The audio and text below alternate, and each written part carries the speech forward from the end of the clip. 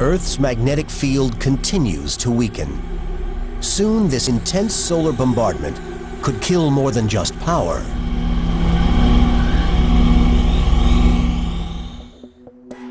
The imminent field reversal will have a radical effect on human civilization. But it will also threaten the survival of a number of species. Dr. Richard Holland has discovered that as well as using sonar, bats use the Earth's magnetic field to navigate. Holland wants to know how their navigation will be affected by a reversal of polarity. We catch bats here in this barn at the Princeton University Field Station, and we subject them to a manipulation of the Earth's magnetic field, or perhaps we disrupt the sensory cells that might be responsible for the detection of the Earth's magnetic field by bats. Holland places individual bats inside this coil. And zap the bat. It delivers a very short, harmless magnetic pulse, which scrambles their internal compass. And pow, there goes the pulse. So he's been magnetized. Hopefully that should have reversed the polarity of the magnetite in his sensory cells. So now we're going to get out there, release him, see where he goes. We drive them about 20 miles away to the north and release them, and we track them as they try to fly back home.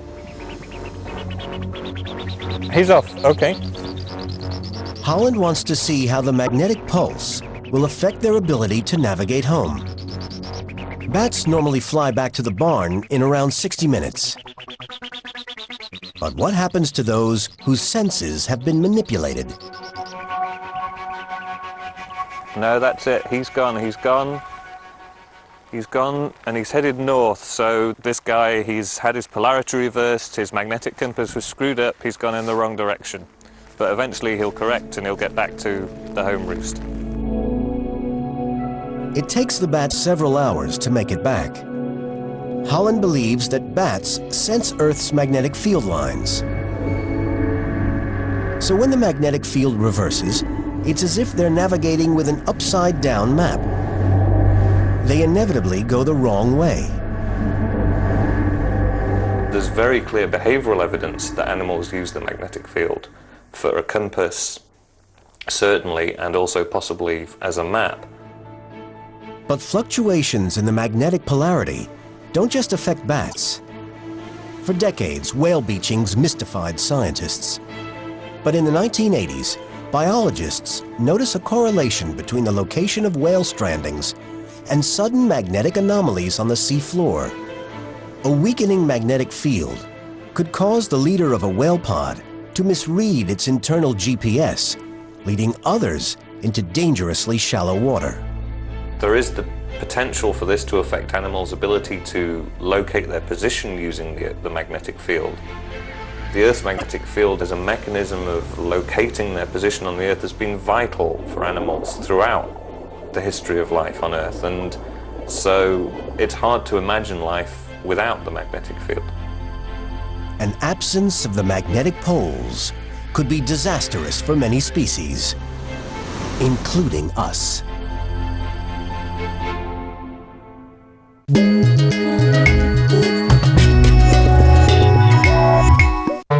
Um fotógrafo especialista em animais selvagens deveria estar equipado com uma cassete a mais, uma bateria sobressalente e, sobretudo, mais do que uma peça de roupa interior. Há alturas que dá medo trabalhar tão perto do reino animal. Mas vale a pena quando a recompensa é tão espetacular. Com as mãos na massa. Domingo às 8, no National Geographic.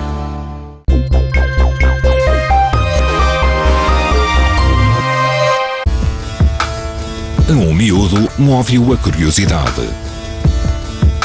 Quer entender o mundo que o rodeia, por isso pergunta: porquê é que sorri?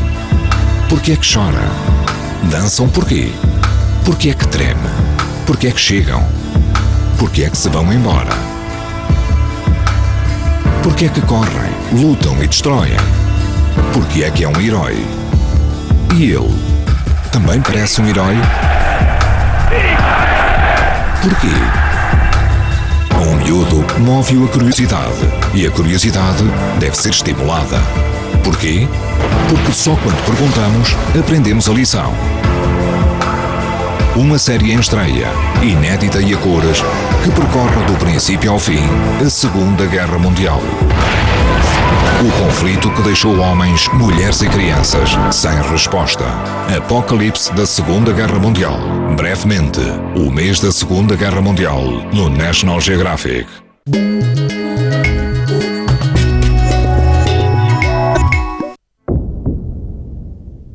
Earth's magnetic field has reversed thousands of times since its formation 4.5 billion years ago.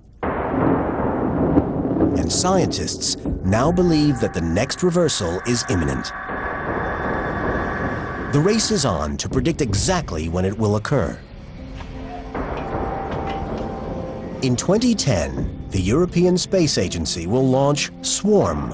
Its mission is to generate accurate, up-to-the-minute maps of Earth's magnetosphere and anticipate its future activity.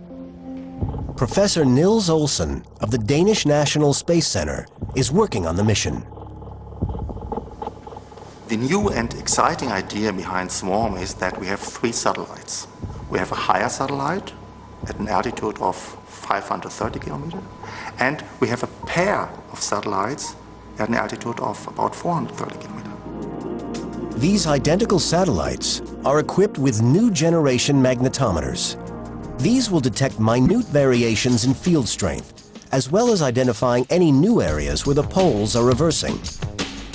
I think it's amazing that we can take magnetic measurements by satellites flying at a few hundred kilometers and say something about the deep interior of the Earth, how the molten iron moves at a depth of about 3,000 kilometers. Isn't that amazing? Scientists hope these satellites will help them predict when the magnetic poles are about to switch. They might even save lives. I think that in the next decade or two, we could develop a science to forecast where the Earth's magnetic field is headed and use that then as a planning tool. Use that as a planning tool for people who fly satellites, as a planning tool for people who fly manned space flight, and develop the technologies necessary to deal with, let's say, an impending reversal. As the reversal approaches, the decay of our magnetic field will continue, and cosmic radiation will get increasingly close to Earth's surface. Life on Earth, although it would be affected adversely in some ways by the drop in intensity of the Earth's field, it's figured out a way to live through these events. So what should we do to ensure the survival of the human race? There's very little we can do directly about the geodynamo. It's going to behave the way it wants. But now with satellites, we're able to look at it more closely and maybe make some meaningful forecasts. So at least as a species, we have the chance to adapt. Life will change. Earth will be subjected to more deadly radiation. The only visible sign of Earth's weakening defense will be in the skies. You will probably find the aurora dappled all across the globe, even in the equatorial regions and places that we never see aurora.